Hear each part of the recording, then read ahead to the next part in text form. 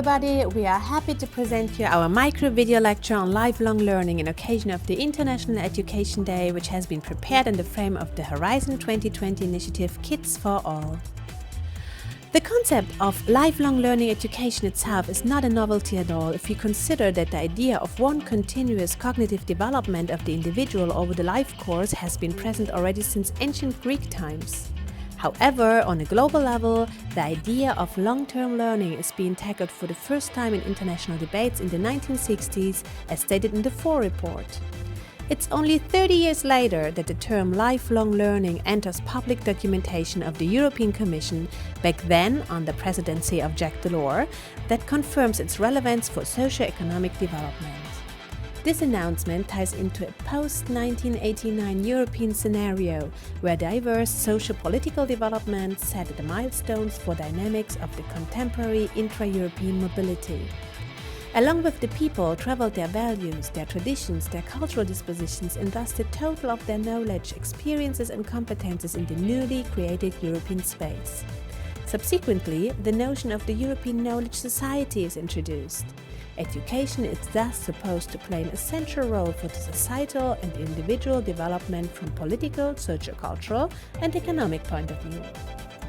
In 1996, the European Year of Lifelong Learning formally inserts the new educational paradigm into the European agenda and sets the groundstone for the strategy formulated by the Lisbon European Council in 2000 that aims to make the Union within 10 years the most competitive and dynamic knowledge-based economy of the world, able to achieve sustainable economic growth with more and better places of work and greater social cohesion. This development provided the framework for further educational and linked mobility policies to facilitate the acquisition and transmission of competences. The lifelong learning construct provides for three dimensions. The lifelong perspective refers to the timely dimension of learning that is supposed to occur over the entire life course and thus challenges the collective imagination of a prescribed education period that is confined to school or university. Indeed, the complementary life-wide concept concerns the diverse context of learning and thus the process that occurs in multiple places and situations. Accordingly, learning can occur intentionally in formal situations and environments where processes are structured, learning objectives defined, and learning outcomes certified. Schools or universities would be good examples for formal learning institutions.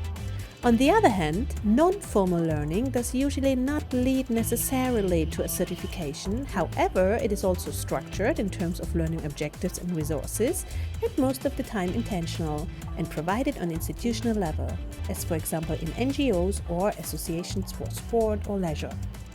However, life-wide education can also span up to the informal dimension, where learning results from daily activities related to work, family or leisure.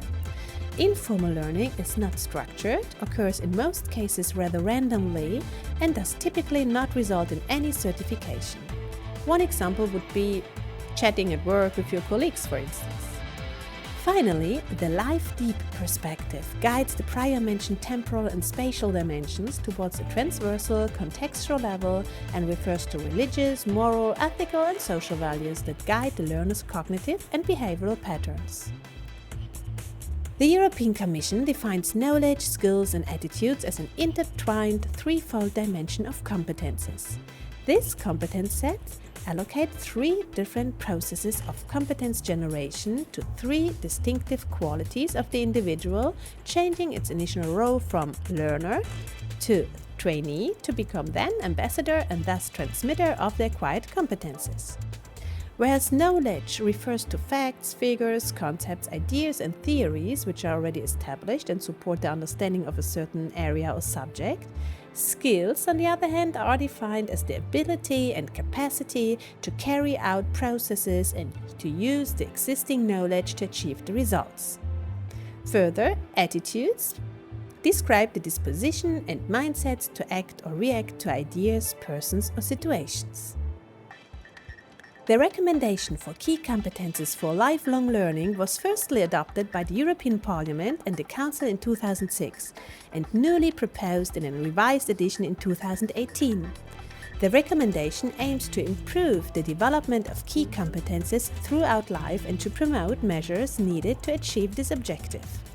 It thus encourages member states to make provisions for changing labor markets and active citizenship in more diverse, mobile, digital and global societies.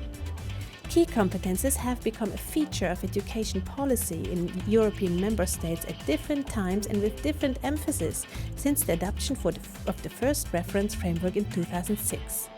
The variety of approaches taken in the different member states reflects the history of those countries, the prevalent education philosophy, and the educational structures that are already established.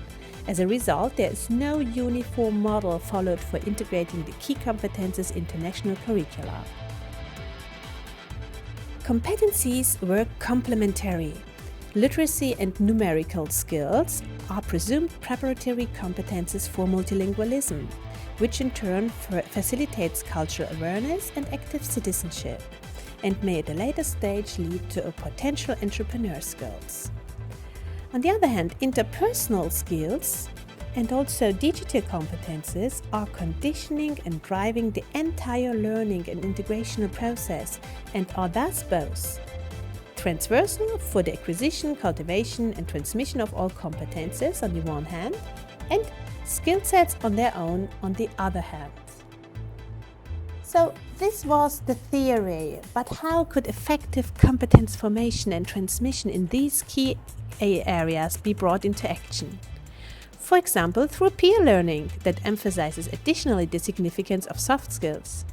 This is the central point of the Kids for All project, which proposes a 5-phase learning method for students in lower and upper secondary school age that envisages firstly a coupling of students to become learning bodies, secondly a theoretical knowledge acquisition through traditional learning methods, followed by thirdly a skills training on how to transmit the learned to other learners in practical tutorials, and last but by far not least, a co-creational phase in which participants of the pilot project produce own learning contents to consolidate their knowledge and to transfer competences to their peers. The pedagogic concept of learning and applying the learned for its consolidation is not new. What is, however, rarely applied in practice is that students are concretely trained on how to switch roles in the educational scenario from learner to trainer to convey concepts in their own language and codes to others and, most important, enriching the learning contents with own sociocultural experiences, which actually represents the real added value. Questioning the traditional role patterns of student and teacher stands thus in the center of this project that points to the full potential of the contemporary, highly diversified learning community. So who's on board for this adventure? The Kids for All partnership consists of partners and stakeholders from a total of 17 European and non-European countries that span over 3 continents.